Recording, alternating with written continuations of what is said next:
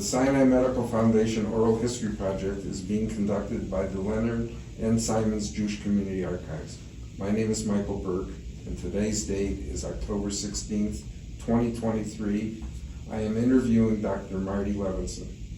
Dr. Levinson, do you give permission to the Leonard M. Simons Jewish Community Archives to publish, duplicate, or otherwise use this recording for educational purposes or for use as deemed appropriate by the archives? Sure, I do. Good.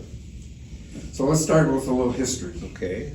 Why don't you share with us a little bit about where you were born and where you grew up? So I was born right here in Detroit, back in the old days at Women's Hospital, which is now Hutzel Hospital. And I grew up in Detroit. I grew up in Northwest Detroit, and then my family moved out to Southfield.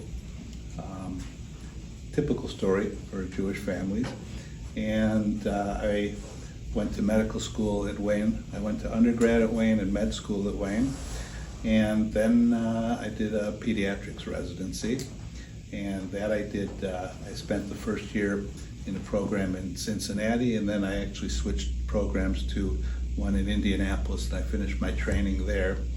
And then we came back to Detroit because both my wife and I are from here, and we decided this is where we wanted to be and raise our family, etc. When did you decide you wanted to be a doctor? So it goes way back. My parents were refugees from Russia and Poland, and they came here in '47. My dad became a quadriplegic from a diving accident when I was 2.5 years old.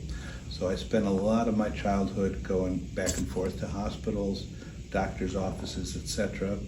And I think that sort of got things going in terms of what I wanted to do. I saw the things I liked, I saw the things I didn't like, and that defined my future. Tell me a little bit about your experience in medical school.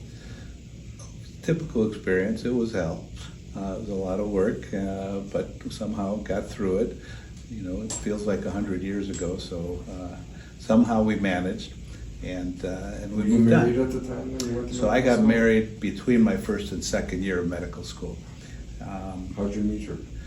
I met Elise the second day of undergraduate school, so we had known each other for a while.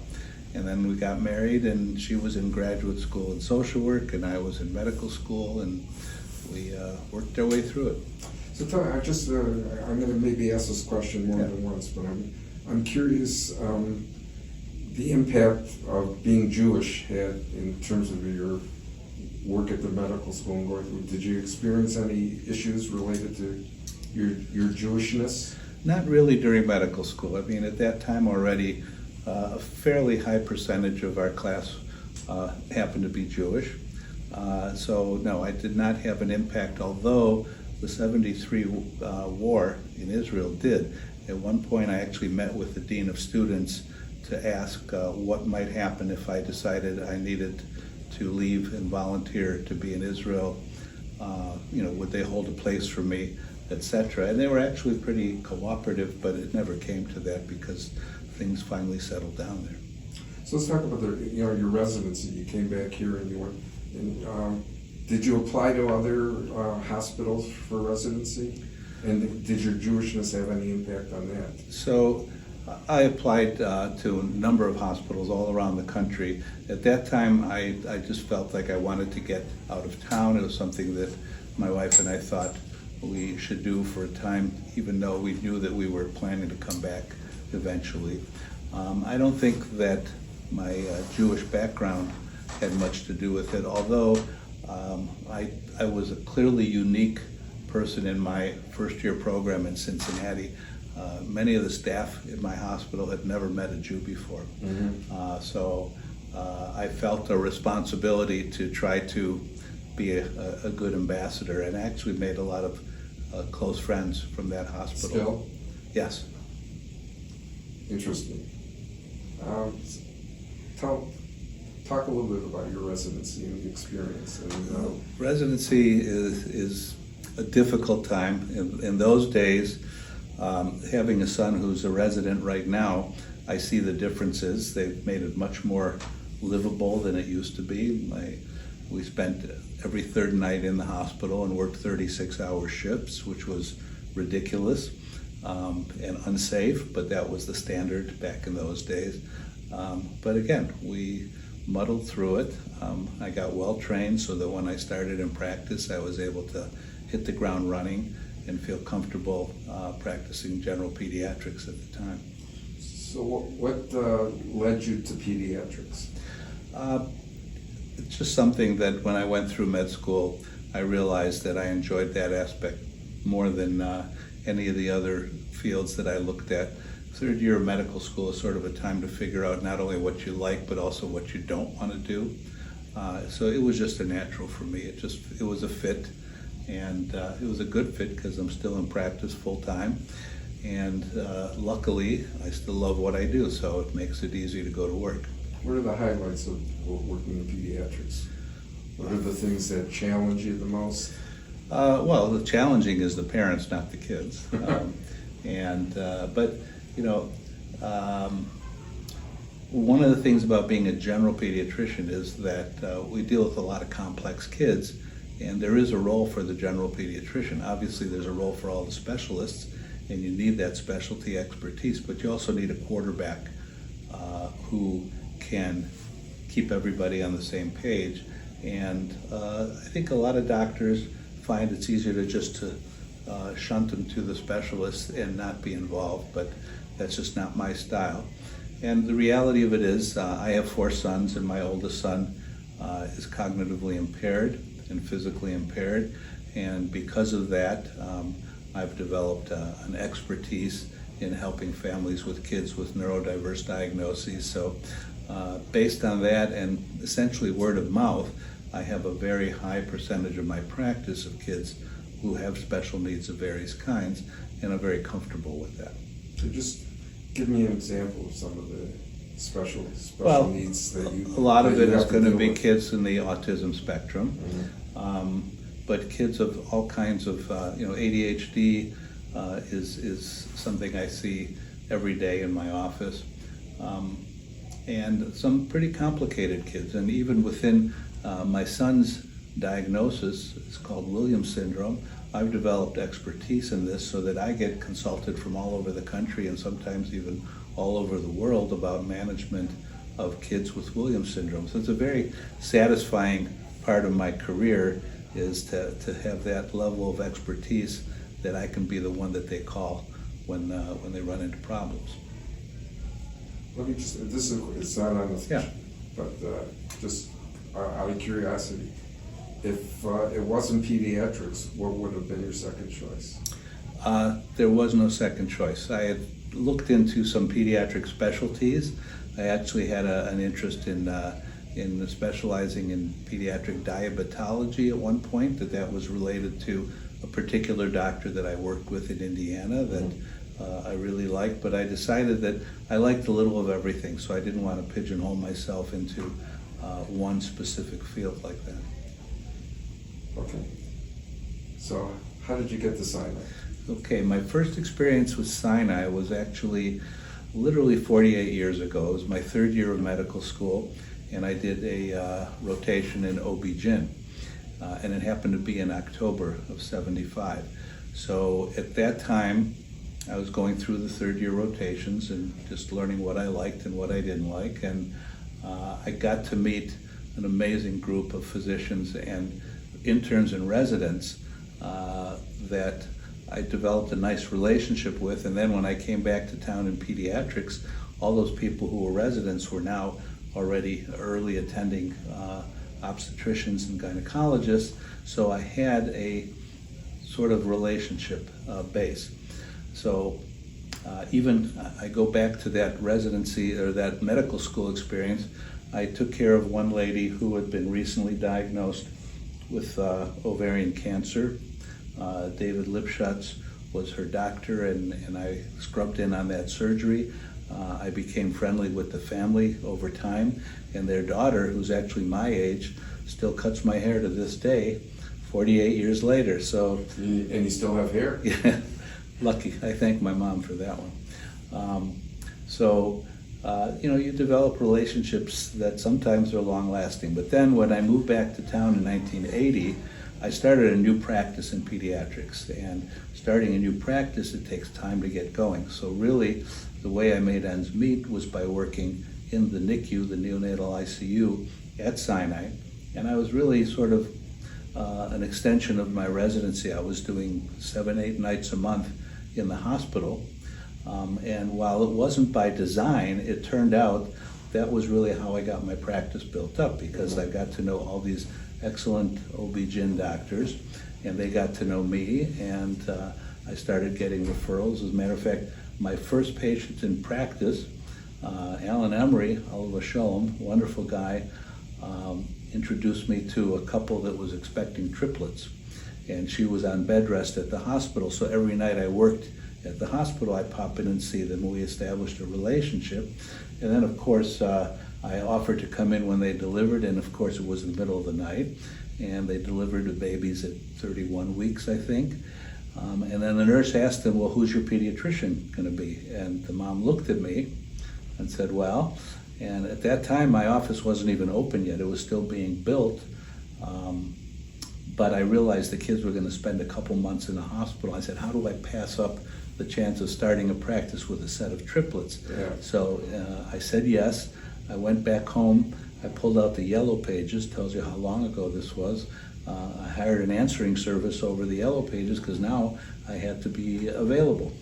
And I got my first beeper at that time, in those days. So it turns out that I still have a relationship with that family. The baby A, the oldest, is now a pediatric neurologist that I refer patients to, and she has kids of her own who I take care of. That goes back to when I first got started. But that's really, without planning on it, that's what got my practice really taking off. So most of my work was at Sinai Hospital. I was on staff all over. I was at Beaumont, I was at Providence, because I was just trying to make a name. But that's where I started with Sinai.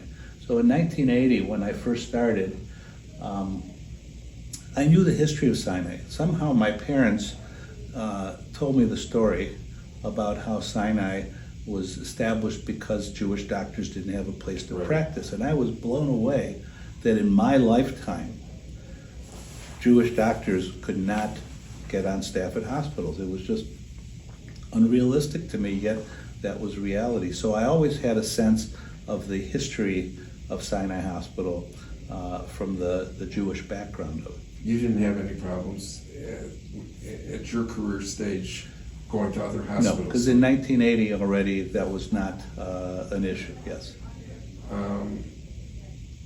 Did that history have impact on you when you went to hospital? Oh, definitely. I think Tell me a little bit about it. Well, and some of the Jewish doctors who came to Sinai for that very reason. Right.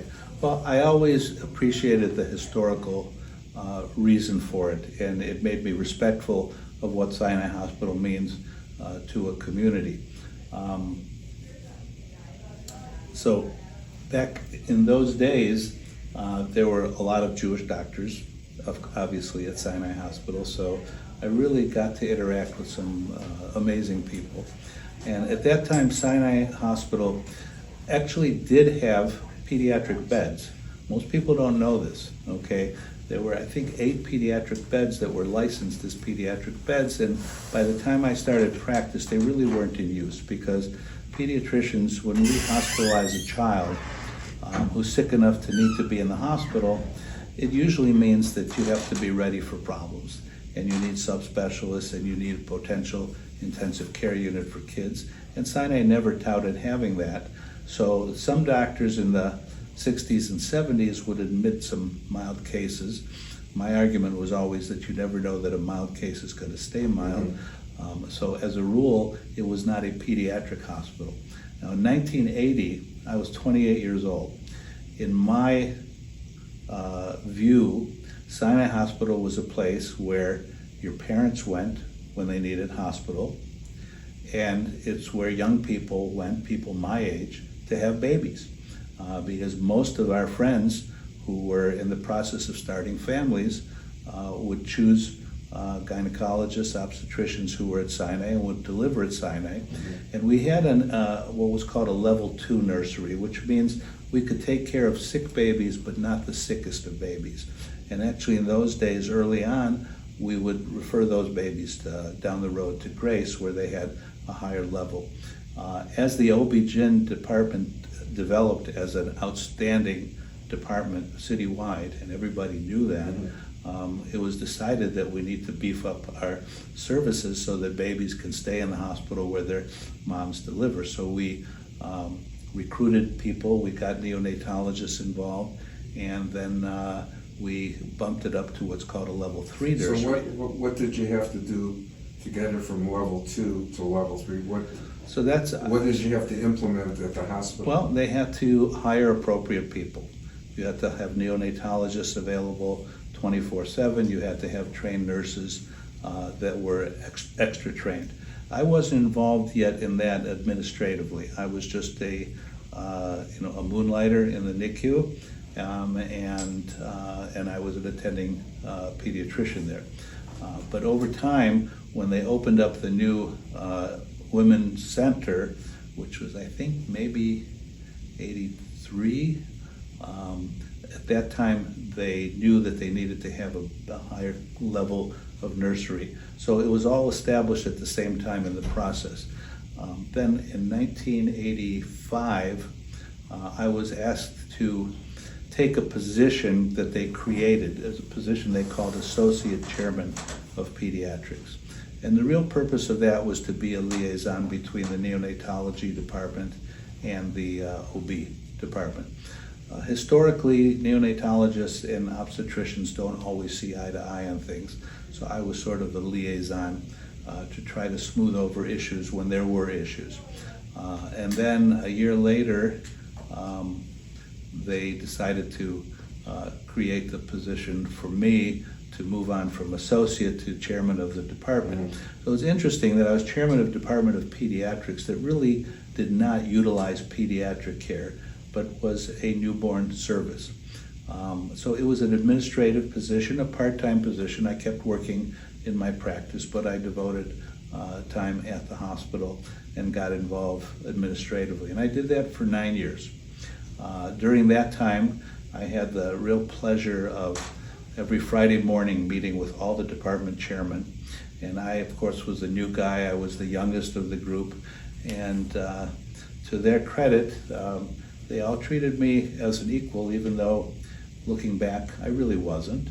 Not at the time, anyhow. Did you pretend to be? No, I don't think I fooled myself. I think I knew who I was. And we had a small department relative to these other departments, but I got to experience 2 hours every Friday morning with some of the amazing people who were chairman of the departments of the various departments, and I got to learn from them and see, number one, how brilliant they were, how devoted they were to Sinai Hospital, and many departments did a lot of research.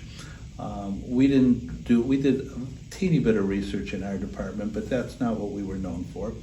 But I got to really learn from some of the greatest minds in the medical field in Detroit, in my opinion, and I never forget that. Give me examples. Well, I was going to ask that question later on. But. So, I mean, obviously, there were always questions about what direction the hospital was going in general, and then each department had their own concerns and their own requirements, and of course, when it came to budget meetings, there were limited dollars that everybody was fighting for, and we were a relatively low budget department, but on the other hand, we had needs too, and I sort of got to see how people jockeyed around and try to create the understanding of what really is necessary and what people would like, but was not really a requirement. Mm-hmm. It was known for quite a while that the hospital, the way the medical field was going, and the economics of medicine were going, that it was not going to be able to stand alone indefinitely. It just was not a realistic thing for all kinds of reasons that somebody else can explain better than I can. So there were already talks to merge with various programs. Before Sinai was bought by the Detroit Medical Center, there were some real serious talks with Henry Ford Hospital, to the point where each department head met with their same department head from Henry Ford to sort of talk about what would it look like if we put these two programs together. One of my best lines ever in the chairman's meeting was that one time I said that if Henry Ford knew that a Jewish hospital was talking about merging with them, he'd roll over in his Explorer. So that was one of my good ones. Anyhow. How many people were in your department? So we had like neonatologists and nurses, and that was pretty much it. I mean, there were a lot of attending pediatricians who were on staff, and we had at one point we had 4 full-time neonatologists, and we had some neonatal nurse practitioners so that we could cover the needs of the NICU on a regular basis. So it's a very small department. Now, how many attendings there were, I have no idea. Probably 60, because people like myself would go to multiple hospitals.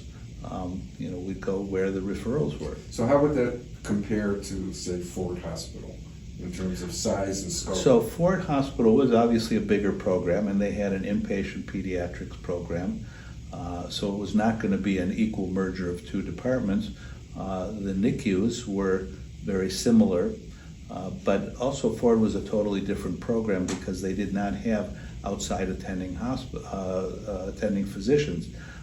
Every physician at Ford, at least at that time, was an employee of the Henry Ford Health System.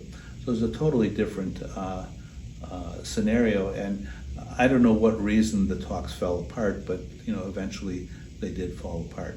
And then further on down the road, there were talks with DMC, and obviously we know what happened with that. Right.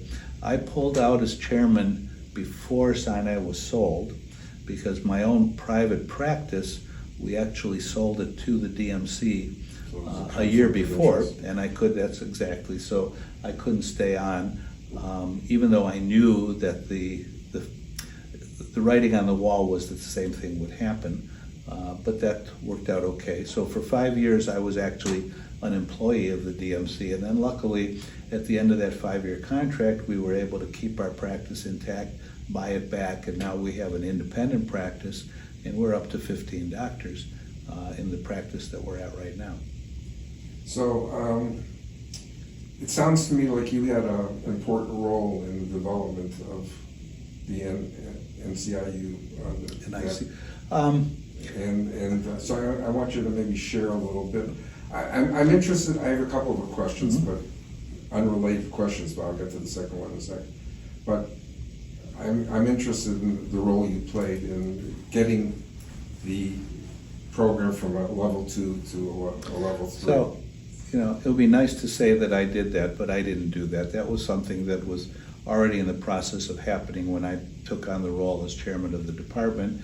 And I was just, again, to me, my role was always to be the diplomat between the attending pediatric staff, between the neonatology staff, and between neonatology and the OB staff.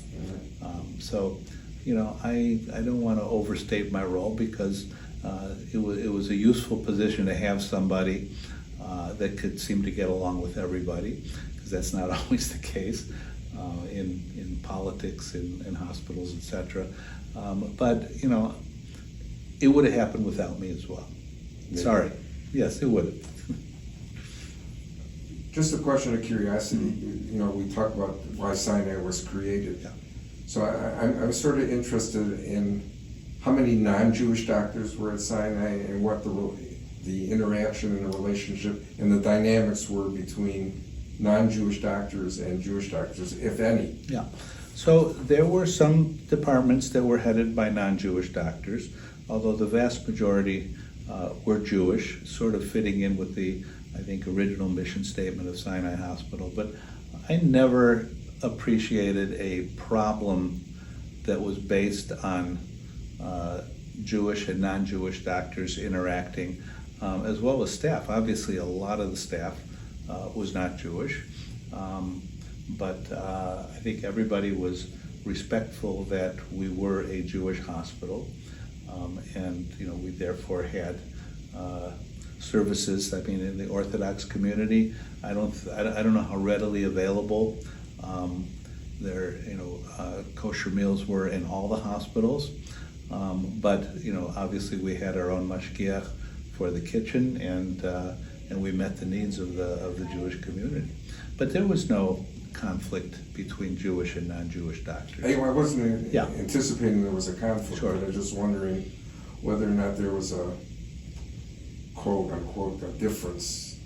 Not that I noticed, to be honest with you. Like I said, some of the departments were chaired by non-Jewish doctors, and I never felt that anybody was treated any differently in that respect. All the chairmen had great respect for each other. Those meetings were sometimes pretty exciting. A lot of people were very passionate about what they were doing and trying to improve their department to the best of their ability. Talk about the culture at the hospital. Well, if you had to describe it in a word or sentence or two. So the culture from the physician's point of view was that of a striving for excellence. Okay, that was always the underlying feeling that I appreciated from every department that I interacted with. Mediocrity was not a goal, and it was not acceptable. It became difficult as time went on to see what was going on in the direction of the hospital when we had staffing issues. A long time we had nursing issues. We had to go out of the country to hire nurses because there was a national nursing shortage. We also, when we saw the deterioration of services, the deterioration of services was never, in my opinion, in the medical care that was provided. It had to do with staffing issues and cleanliness. And it was very frustrating because people would leave the hospital where their lives had been saved, literally, and their first reaction after leaving was, my room wasn't clean and the waste baskets were not emptied often enough. And you just hate to have people leave getting excellent medical care, and then the thing that's on their mind is, the food sucked. Well, tell me which hospital's food doesn't. I haven't come across any. So. But the quality of care was never impacted. Well, the quality of care was not impacted unless you look at the staffing issues and the ability to maintain the cleanliness that you'd expect from a hospital, which in all honesty wasn't always there towards the end of the time. Because? I think that it was financial. I think it was staffing.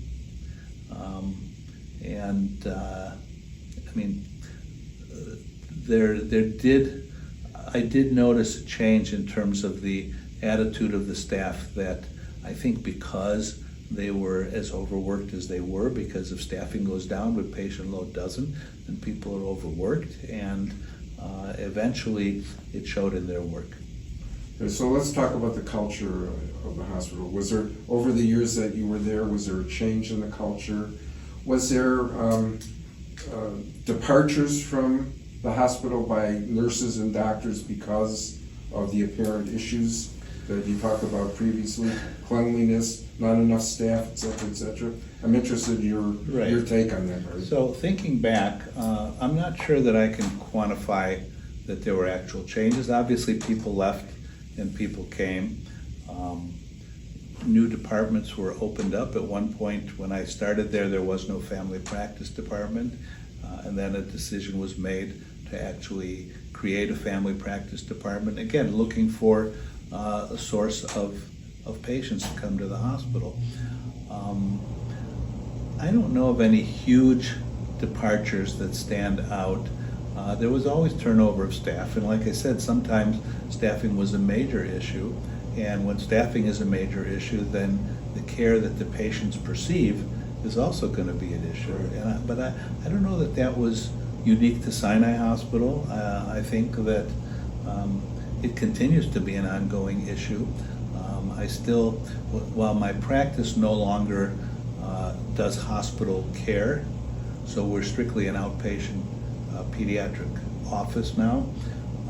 But when I have patients who do go in the hospital, I pay a courtesy visit to them often, and I've had my own family members in the hospital, and there's no question that hospital staff are under tremendous stress. Nurses are under stress. I have lots of patients who are nurses. When the pandemic came, some of them were telling me they were getting paid a huge amount of money just to do an extra shift, and it wasn't even worth it to them. Despite getting paid, probably more than double what they would normally get for that shift. It just wasn't worth it because the pressure was so high. And that was just with the pandemic, which was just in the last few years. So I don't know that that was different for Sinai than other hospitals. I suspect it was not that different. What was your favorite part of working at the hospital? Well, besides providing care for newborns, which was like one of my favorite things, I loved interacting with new families, or families even on their third, fourth kid. It's just a kind of relationship that is a very strong relationship. But really, I have to say, my favorite part was being exposed to these brilliant people,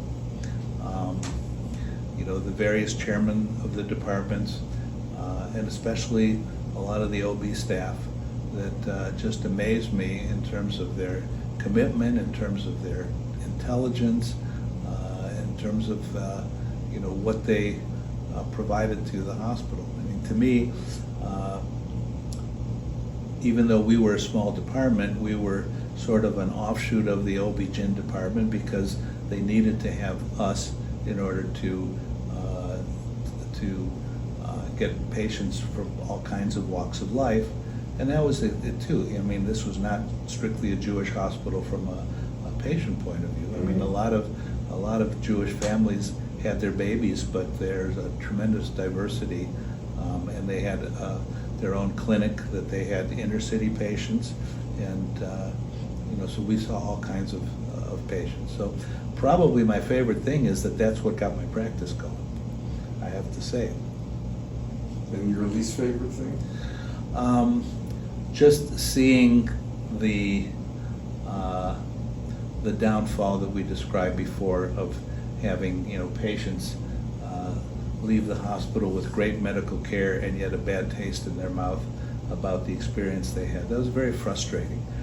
It was very frustrating from the point of view of being a Jewish doctor at a Jewish hospital, and especially for patients who were not Jewish. I mean, I thought we needed to put our best foot forward.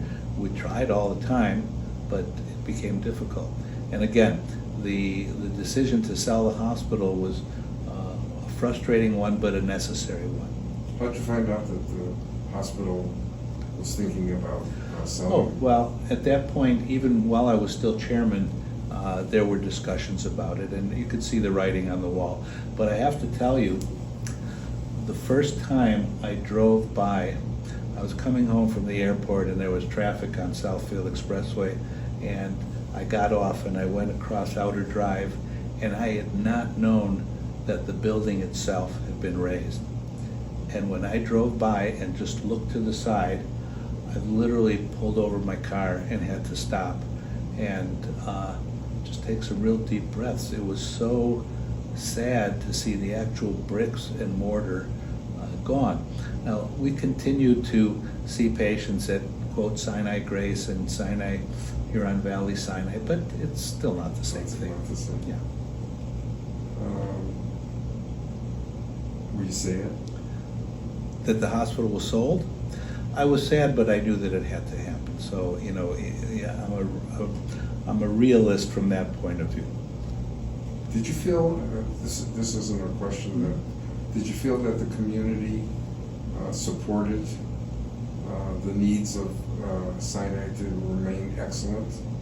Or do you think that that contributed to some degree in its, I don't want to use the word demise. Yeah, but I guess well, it's hard to answer that question because, I'm not sure of the specifics of what, when you say support, are you talking about financial support? Yeah, well, you know. So the answer is I don't know what happened from the community-wide as far as the financial support. I think that the community always enjoyed the idea of having a Jewish hospital. But again, the community could not fix the problems that all hospitals were having at that time. You go all across the country, and this was the finding of many Jewish hospital programs, that they found they could not stand alone. They had to become part of a system in order to survive. What was the atmosphere and dynamics at the hospital when this thing started and began to create momentum? Right. Well, once it created momentum, I was no longer the chairman at that time. So at that time, I remember a year before I had stopped because of a conflict of interest, but we still came to Sinai on a regular basis. So I would still run into my colleagues in various departments, but not to the extent that I had before. So I'm really not a good person to answer that question. But you have a sense. How do you think the doctors were feeling about it? I think they accepted the reality of it. They were frustrated by it, but I think that I didn't hear a lot of talk about saying we should never have done this, it was a big mistake. And again, I wasn't involved in the nitty-gritty finances of it. On the other hand, we got the Sinai Medical Staff Foundation out of it, right, which was a huge thing. And I think that we are a very important organization. We do support a number of very important causes over the years that I've been doing this, and financially we've been fairly stable, so we're able to keep doing it. And I enjoy going through the process whenever we're evaluating potential grant requests, of looking at how does this fit into Sinai Hospital, the flavor of Sinai Hospital, what Sinai Hospital would do. And I'm very happy that that still exists. Mm-hmm. So, in the process of deciding who to grant what financial support, that we still go through the process of thinking, I guess, come up with what would Sinai do? So what are some of the important things that the foundation have done that you can put your finger on? We've supported medical research, we've supported medical education, we've supported programs around the city that benefit particular neighborhoods, with support for Planned Parenthood, for example, Gilda's Club, the Alzheimer's Association. We still continue to support Camp Tamarack, which is very important. Back in the old days, Camp Tamarack would bring a van over to the hospital, and they would just load stuff up from the supplies, bandages, ACE wraps, Band-Aids, gauze, etc., just to have the clinic staffed at Tamarack. And since the hospital closed, I think that pretty much every year since then we continue to support the clinic at Tamarack, which is very important. I know that they get other support as well, but they really rely on the Sinai Medical Staff Foundation. Who serves on the foundation board, and how does one get onto the board to help make those decisions? So I was not one of the originals. I think I was just a couple years into it. I got a call, I think from Bob Michaels, asking if I would be interested, and I was, so I started attending. So I can't even tell you how many years I've been doing that now.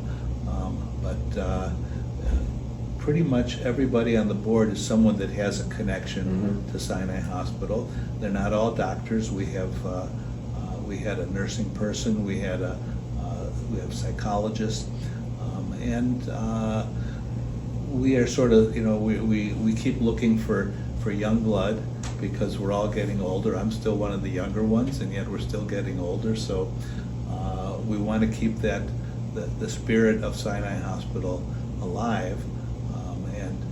We're cognizant that we want people who know something about Sinai Hospital, so that they really can continue the legacy of the hospital itself. Now, with time, we're going to need to expand to people who might not have been directly related to Sinai Hospital, but obviously they can be brought up to speed about it. How does one make application for funding for to the So we foundation? have a website, and someone can look for, can apply for a grant. We have requests of, we only support other charitable organizations and charitable or research organizations, and they make an application. They tell us the reason why. We try to be as specific as possible. How much are they looking for? What are they going to do with it? What kind of follow-up are we going to get from it? We also want to get recognition for Sinai supporting the various programs, but that's not the most important part. And then we talk about it and see, does this fit what our mission statement is, to try to continue to support education, research, healthcare in the Detroit and the communities. How many people are on the board, Larry? I'm not sure the actual number, probably a dozen. And we meet quarterly. And on average, how much money do you allocate every year for? So we usually in the neighborhood of $250,000 a year, and in some years we have the ability to adjust that. We can go up over it if we feel that our finances are doing okay. So I don't want to share secrets that are not secrets, but that should be secret, but that's the neighborhood of what we give out every year. We just gave out an emergency donation to Israel because of the outbreak of war there. We felt that that was an important use of the funds that we have, and obviously it was emergent. But I've talked to people and encouraged them to, when I hear somebody not even knowing that I'm on the board, looking for support for something that might fit under our auspices, I say, go to the website, do what you have to do, and put in a request for a grant, and we'll look at it. Give me an example of something really special and unique that you've allocated. Well, I think so. We have scholarship funds for medical students in the various medical schools. I think that can be quite valuable. We have supported for many years the research that Eva Feldman in Ann Arbor does, working on ALS and Alzheimer's and all kinds of things. She is a world-renowned researcher, and we have supported her work, her research for many years, and she's very appreciative of it. We've developed a relationship with her. And again, there are clinical programs that are looking for support that remind people of the Sinai Clinic, which I was not involved with. Those was a healthcare clinic that did not involve pediatrics. And a lot of times people say, well, this is really just like an offshoot of the clinic we used to have. So yes, we should keep supporting this in the community. Sounds to me like the dictate that you put forth to carry on the spirit of Sinai is really in place. I mean, that's what I'm hearing from you. It comes up all the time.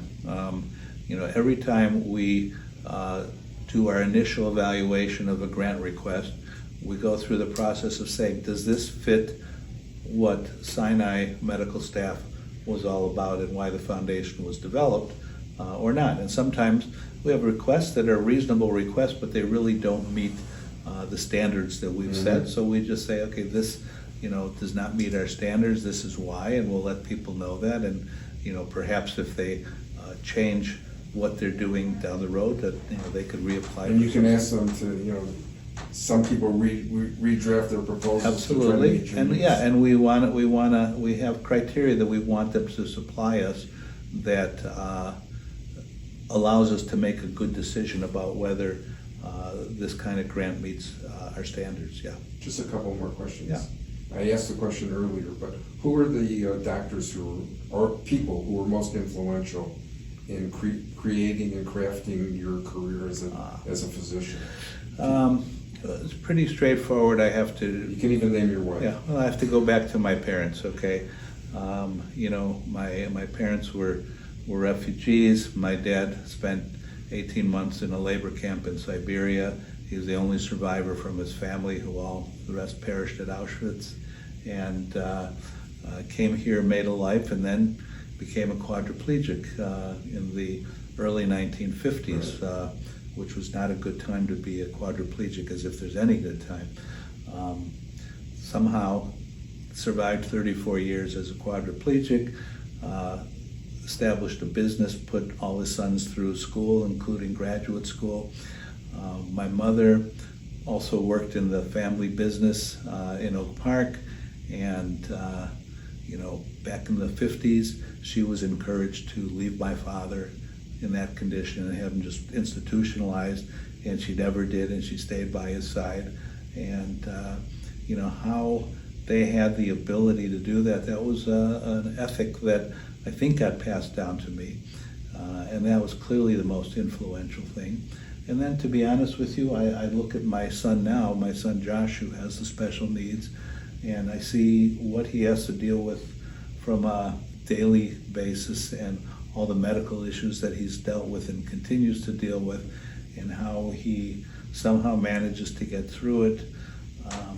It's not an easy life he has, and it's very inspiring to me. And then when I see how his brothers all continue to interact with him, that's extremely satisfying to me as a dad, to see how my family has blossomed. Good. How would you like Sinai Hospital to be remembered in the historics? Well, I think we've touched on it already, but really, that we needed a hospital where Jewish doctors could practice. We created a hospital. We made it an excellent hospital, a facility of superior excellence for many, many, many years. And then reality caught up and moved on. But now we have the legacy of Sinai in the Medical Staff Foundation, and I hope that will continue beyond my years of being a part of it. It was a brilliant move to keep those funds separated when the hospital was bought, so that we could continue to have the legacy of Sinai Hospital. It was a good community decision, and Yeah. Good. Anything else you want to share, put on the record while we're sitting here? I should have thought about that one ahead of time, but I didn't. But not really. I think that hopefully this will be part of a number of archives that you can get a different flavor. You'll probably hear similar and also different stories from different people that were involved with the hospital, and that's great. I think that creating the archive for future purposes is extremely valuable. I'm glad we're doing the project. I'm glad you're a part of it, and thank you very much for spending the time with us. Appreciate it. Thanks a lot.